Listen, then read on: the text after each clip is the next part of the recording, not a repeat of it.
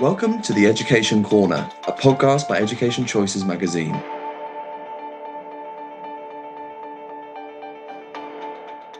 Education Corner podcast would like to welcome Lola Anderson, world champion and Olympic gold medal winning rower. Lola was inspired to take up rowing after watching the 2012 Olympics on TV. She wrote in her diary that she wanted to win an Olympic medal one day, but later felt embarrassed, lost motivation, and threw the note away. Her dad found the note, saved it, and returned it to Lola years later, encouraging her to pursue her dream. Lola has gone on to win several national and international titles and realised her dream last year, becoming an Olympic champion of Paris 2024 in the women's quad, the first time Team GB has won gold in that boat class. It's such a pleasure to have you with us. Thank you very much for Um, having me. you come from a family of rowers with your dad having rowed at university and both your elder sister and twin brother taking part in the sport before you developed a keen interest. Could you Mhm. tell us more about what inspired you to take up rowing and how you began your journey in the sport? So I had actually taken part in swimming training for quite a few years prior to that. I loved running at school and obviously had taken part in a fair share of all of the school sports on offer as well. But rowing was the latest sport that Surbiton High School actually started offering in my second year of being in secondary school. And given that my family had had a history in it, I was aware of what the sport was, but it was still something completely new and different. And I think what kind of drew me to it to begin with was that because it was so different, it was new for everyone. And so everyone's skill levels going into it were on a level playing field. And I didn't feel behind or therefore that I wasn't skilled enough to start and sort of take it seriously. So I think the fact that it was new, it was fresh, and there was no embarrassment in learning this new skill because we'd all be learning it together was quite key in sort of motivating me to begin with. And you attended Surbiton High School, which Mhm. has dedicated and successful boat club and rowing program. How much did this experience and coaching impact you and your career in rowing? It was massive. When I first joined Surbiton High School, as I said, rowing wasn't a club. And so by the time that I managed to take part in rowing at Surbiton, there were maybe anywhere between 10 to 15 girls total from the year above to my year, which made up the entirety of the boat club. Following that, the school, in an effort to sort of really invest into it, actually secured some amazing coaches. We had an ex-Olympian from the London 2012 Games come in to coach. And when you get an Olympic rower come in, when you yourself have watched the Olympics, and as you mentioned earlier, I was heavily inspired by those games, having a real piece of the Olympics come to your school to coach you and coach you when there are only 15 girls that he's coaching, really, on top of that, was an amazing experience. And I think it was pretty pivotal to helping me sort of realize my goals and my dreams. And having your own boathouse as well, it's a Mm. fantastic facility. Further to that, you returned to Surbiton High School as a rowing coach. How did it feel to return to your school and to be able to support the next generation of girls in the sport? I think one of the main things that's special about being an athlete, but from the specifics of my journey and my experiences, I can talk on what it's like to be a female athlete, is the support and the companionship that you get from your teammates and the identity and the empowerment your sport can give you. And so for myself, learning from my female athletes, like my teammates and my colleagues, has been really eye-opening and challenging and has helped me be a better rower and I think in ways the best version of myself. So coming back to the school and being able to help the at first I thought I'd just be helping the girls. I'd be helping them, I'd be coaching them, and I'd be sharing my wisdom. But in time and spending more and more hours there, I found that I was actually learning a lot from the young girls there as well. So I think what was special about being a coach was you really do have such an interactive relationship and communication style with these young athletes, these next generation of talent, you surprise yourself with how much you learn from them as well. So I really enjoyed the experience. And be able to give back as well, I suppose. Your dad has Mm. been a big part of your story and an inspiration throughout your career. How much has this support meant to you, and how does it continue to motivate you? I think that the reason why his support meant so much to me was because, again, like young athletes, whether they're girls or boys, struggle with a confidence drop and a dip in self-belief as they're sort of going through those mid-teenage years. And it's unfortunate, but it is quite natural that we experience this. You've got so many things going on, and you've got so many challenges thrown your way. You're not going to be you can't really believe in yourself 100% of the time at that point in your life. And so having support from coaches or teachers, or yeah, in my case also at the boat club with coaches, is vital to keeping people on track when the road is getting a little bit bumpy. And that's exactly what my dad, and I think the story of the diary means to me, is that although I was training and I didn't really believe in myself, I'm still going through the motions. Having pep talks from coaches or check-ins with parents, whether it's through a saved page from a diary or it's just a conversation with your children one-on-one, to say that you see the hard work they're putting in and you believe in them long term, whether or not the goal is realized or not, is enough of a spark to keep someone going beyond what you can imagine. So it's a shame that we need other people to sort of be that confidence for us from time to time. But it makes all the difference when you need it. Watching your Olympic success and hearing your story was very emotional and inspiring for so many people. And you said in an interview shortly afterwards, this honestly feels like I could wake up at any minute. How did it feel to realize you had achieved your childhood dream?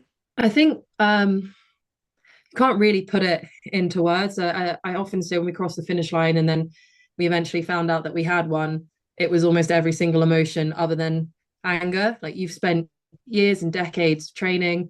There are so many emotions that go into that. And to me, currently, it still feels like the games was really only like a last month at the longest. And actually it's been closer to a year now.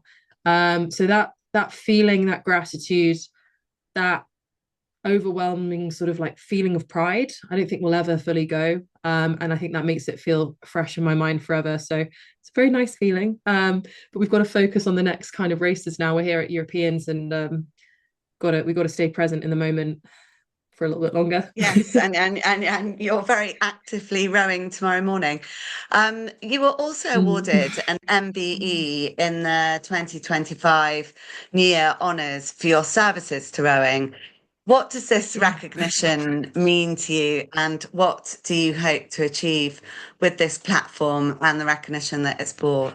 I mean, the MBE was very unexpected. It's not really something that when you're training for an Olympic Games or you're training for any kind of race, that you're hoping that the result would then sort of bring out other results, if that makes any sense. So the MBE was a standalone honor in itself, and we were very, very, very grateful and privileged to have that opportunity. Not every gold medalist did get that opportunity, and we're aware of that. We're grateful. Services to rowing as well. It seems like a big title, and with that, I would like to try and make sure that the next generation of female athletes feel supported and feel more in the know of what the unique challenges they face as female athletes are growing up, whether that's physiological, mental, or even hormonal. There has been quite a lot of stigma growing up that these differences can be ignored. And we have been supported massively in the last decade. And I'd like to make sure that female athletes have relatable athletes to look up to and to look to for answers, the same way that I felt like I had those growing up as well. You previously shared, when I was a young girl, I struggled to see the way in sport and to hold on to just being a girl. I'm so, so proud to see how far we've come. I think in the last 10 years, there's so much space for women in sport now. And I hope that just expands and keeps getting bigger and bigger and bigger.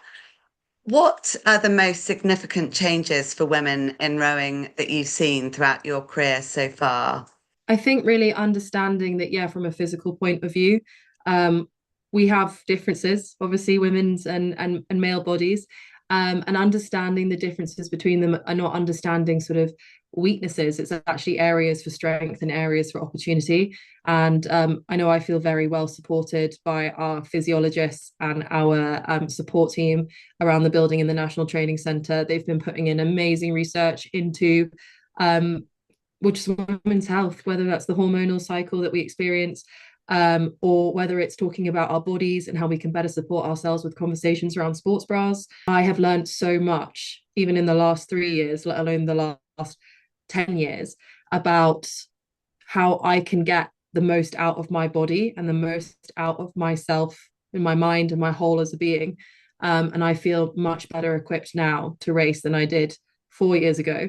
And so if that change has happened in the last 2 years for myself in the building at Caversham, then I'm very excited for what more there is to come. And I think so long as we can push that information out there for everyone, then we can be really proud of what we're doing for women's sports in the country. And young girls in particular, looking to people like yourself. We know that girls' enjoyment of and participation in sports is often impacted throughout their teenage years, with research by the Girls' Day School Trust stating at a younger age, girls are able to clearly focus on their hobbies and interests, showing a passion for these above their studies. But our findings show a clear drop in confidence after the age of 14, which I think you've referred to slightly. What do you feel needs to change to continue to encourage girls in sports, particularly rowing? From my own experiences, I know that when I first started out in sports and when I was younger in my teenage years, I struggled a lot with just sort of embarrassment. If I wasn't perfect or if I wasn't confident that I was going to do it right from the get-go, I didn't really want to be watched failing. So I think it's important that we create environments where young girls know that they don't have to be perfect in order to be involved or be active in sports. I myself, when I first started out in rowing, capsized like numerous times relentlessly, to be honest. And some of my teammates didn't do that. And the only reason I think realistically why I managed to stay in rowing as a sport was because of those talks that I was having alongside that with my father, with my coaches, and with my teammates that made me feel appreciated and valued despite not being the best from the get-go. So I think that's very important because I think young girls in particular are very aware of how they are perceived and how they are seen, and they are very attuned to the environment around them. And also learning that we all learn from our mistakes, and it's about, resilience and bouncing back from failure, I imagine. Yeah, vital life lessons.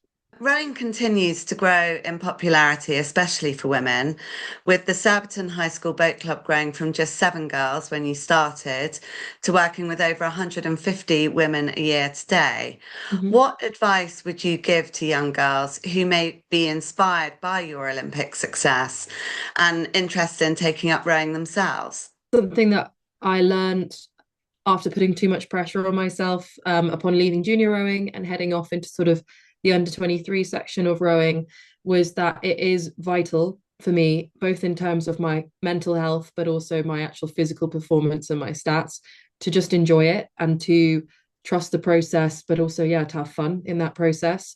As athletes, whether you are looking to go to your first ever regional competition, national competition, or if you've made the selection jump and you're going to an international competition, the most important thing is that you still have passion and you still find enjoyment in the day-to-day of your sport. You will be training hard and you will be pushing yourself mentally and physically, no matter what you tell yourself or what standards you set for yourself. And so the only thing that you can do day to day to make yourself go faster is to sort of relax and to trust the process. And yeah, I think the best way to relax is to have fun. I'm out here at the European Championships right now, but I hope my teammates and I can leave Bulgaria on Sunday with our heads held high, no matter what the result, knowing that we've had fun. So yeah, we'll do our best, but hopefully our best means we can smile at the end of it as well. That's wonderful advice. And now that you've achieved your childhood dream of becoming an Olympic medalist, what's your next goal? So I guess crossing the finish line at Paris you could say job done in a way. But yeah, I still have that passion. I still have that love for the sport, and I can keep rowing. So I'm going to. So I've got another 3 years left in this Olympic cycle until the LA 2028 games comes around. And as for right now, we're just keeping it simple. We're focusing on year one. So yeah, Europeans tomorrow, couple weeks after we've got two World Cups, then it's Henley, and then it's the World Championships at the end of this year. And I would love to say that I want to go to LA and try and do it all over again, but a lot can happen in 3 years. And so although that would be my intention, I'm not going to put any markers down for it. I want to enjoy these 3 years, and if I'm lucky and I've done it right, then hopefully, yeah, I'll be at LA 2028, but we'll see. We'll all be there cheering you on. Thank you so much, Lola, for giving up your time to speak to us. Thanks for having me.